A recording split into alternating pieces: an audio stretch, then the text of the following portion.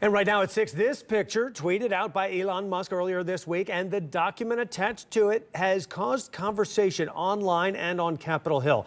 It describes Central Ohio businessman Les Wexner as a, quote, co-conspirator of Jeffrey Epstein. Thanks for joining us tonight at 6 on air and on the stream. I'm Jeff Hogan. And I'm Yolanda Harris. Now, it is important to note Les Wexner has never been charged with any crimes related to Epstein. 10 Investigates' Rochelle Aline has been working to learn more about the claims attached to that tweet. She joins us now in studio. Rochelle? We were able to confirm that picture is from a real FBI document in the Epstein files. If you actually scroll down, you'll see some of the names and faces are redacted, but you'll see Ghislaine Maxwell here, Les Wexner named here. Many of the folks here have the word co-conspirator next to their name. And to better understand this document, I spoke to 2 criminal justice experts.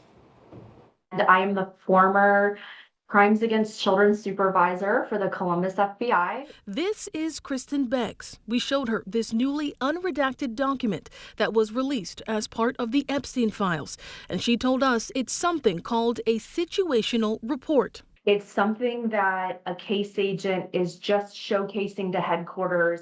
We've got some new information. We're looking into this investigation. The document references 2 investigations connected to Jeffrey Epstein in August of 2019, and it lists his family and associates. Columbus businessman Les Wexner is on that list with the word co-conspirator next to his name.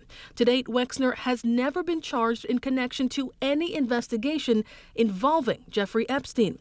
And Beggs says when looking at unredacted documents like these, it's important for people to keep in mind that investigations can change over time.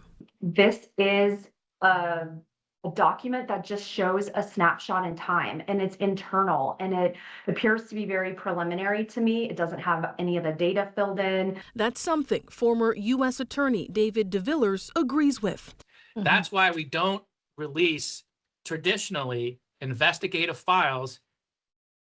We only release the indictments, because you don't want to put people into a category they're not properly in. And when it comes to the phrase guilty by association, he says that thinking doesn't necessarily apply to criminal investigations. Just because you're associated with somebody doesn't mean that you are, in fact, committed a crime.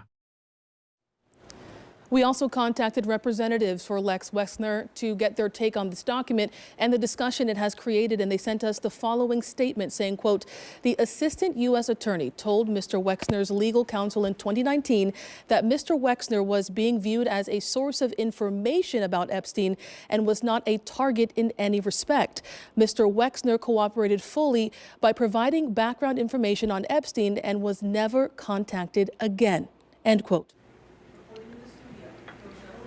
TV News.